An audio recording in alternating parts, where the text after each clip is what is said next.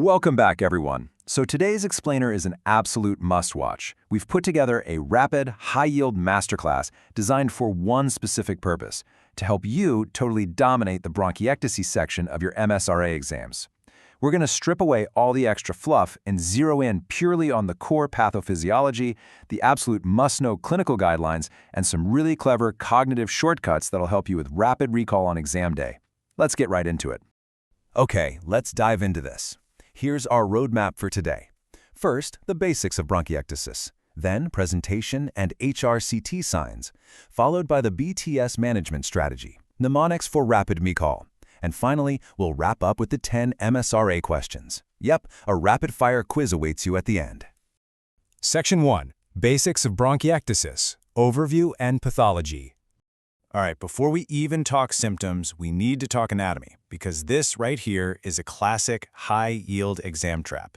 Examiners absolutely love testing if you know exactly where this pathology is happening. So unlike COPD, which targets the peripheral small bronchioles and terminal alveoli, or asthma, which affects the conducting airways globally, bronchiectasis is strictly a disease of the medium to large conducting bronchi. Seriously, lock that anatomical target into your memory right now. So what exactly is going wrong in those medium to large bronchi? Well, by definition, bronchiectasis is the irreversible dilation of these airways, but it's not just getting wider for no reason.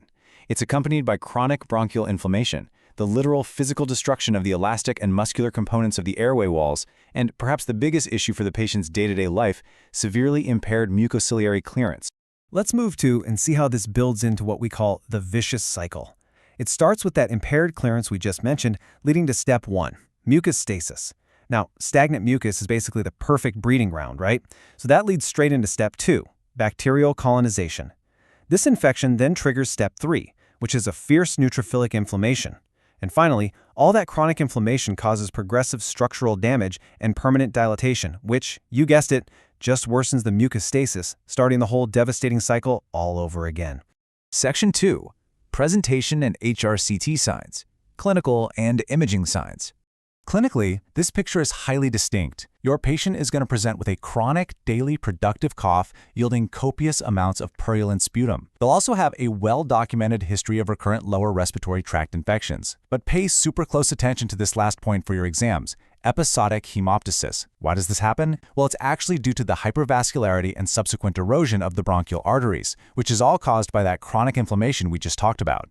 And this brilliantly illustrates the pathognomonic radiological finding you absolutely must know, the Signet ring sign on high-resolution CT. Normally, an airway lumen and its adjacent pulmonary artery branch have this neat 1-to-1 ratio. But in bronchiectasis, because of that irreversible dilation, the internal airway lumen becomes visibly wider than the adjacent vessel. It ends up looking exactly like a signet ring. Now, unless you're a medieval king, you really never want to see a signet ring on a CT scan. If you see this described in a question stem, boom, you have your diagnosis. Now, alongside the signet ring sign, you need to watch out for 2 other HRCT hallmarks. First is the tram-track sign. You'll spot this on longitudinal views, when the bronchi completely fail to taper as they travel out toward the periphery. Second, you'll see airways that are abnormally visible within just 1 centimeter of the pleural surface. Keep in mind, healthy airways should be completely invisible that far out. Before we leave the diagnostics, let's talk sputum microbiology. You really need to contrast the most common bug with the most dangerous bug here. Haemophilus influenzae is your most common colonizer overall. Simple enough. However, if a sputum culture comes back positive for Pseudomonas aeruginosa, red flag should immediately go up. Pseudomonas indicates severe disease, rapid clinical decline, and a lot of frequent hospital admissions.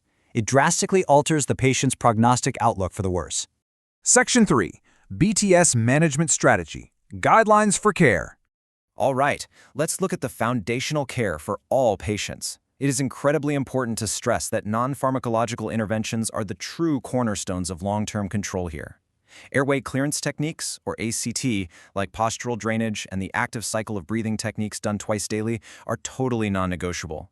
Combine this with pulmonary rehabilitation, plus annual influenza and pneumococcal vaccinations to aggressively protect those highly vulnerable lungs. So the crucial point is this specific number right here, 3. 3 or more acute exacerbations per year is the official threshold recommended by the British Thoracic Society to initiate long-term prophylactic antimicrobial therapy. We're typically talking about oral azithromycin given 3 times weekly. Definitely memorize that threshold for the exam. And here is your next vital number to anchor in your mind, 14.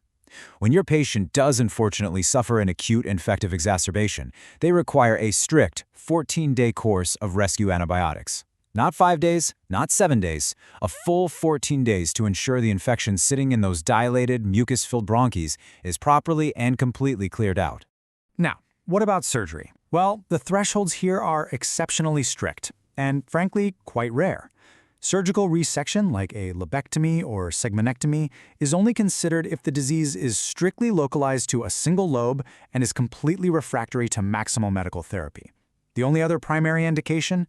Life-threatening haemoptysis that requires emergency resection or bronchial artery embolization to stop severe focal bleeding.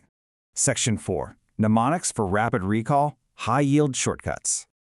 Okay, I want you to take a mental snapshot of this framework and lock it into your mind right now. For the etiology workup, just remember the word pastic. That's post-infective, ABPA, structural issues like primary ciliary dyskinesia, toxic inhalation, immunodeficiency, and cystic fibrosis. Then, for your management framework, think drain. Drainage twice daily, rescue antibiotics for 14 days, azithromycin prophylaxis if there are 3 or more exacerbations, immunizations, and never use routine inhaled corticosteroids. Pastic and drain. Lock those in, they will save you on test day. Section 5. The 10 MSRA questions. Active recall quiz. All right, here we go. Let's test that knowledge. Question 1. What is the core non-pharmacological treatment for long-term management? Airway clearance techniques. Question 2. On HRCT, when the airway lumen is visibly larger than the adjacent vessel, what is it? The Signet ring sign. Question 3. How many exacerbations per year trigger prophylactic antibiotics? 3 or more. Question 4. What is the most common pathogen isolated overall? Haemophilus influenzae. Let's keep that rhythm going. Question 5. Which pathogen isolation indicates rapid decline and severe disease? Pseudomonas aeruginosa. Question 6. What are the strict criteria for surgical resection?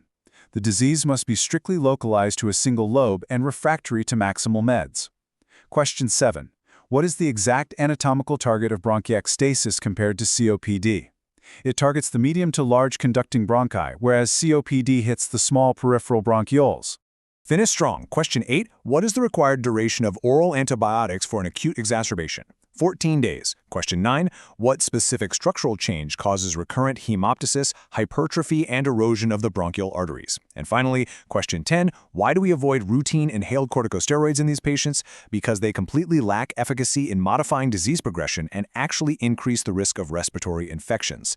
Now think about that last one for a second. We live in a medical world where we hand out inhalers so freely for airway diseases, but bronchiectasis demands we hold back. It's a great reminder that sometimes standard treatments can do way more harm than good if we don't understand the exact anatomy and pathology at play.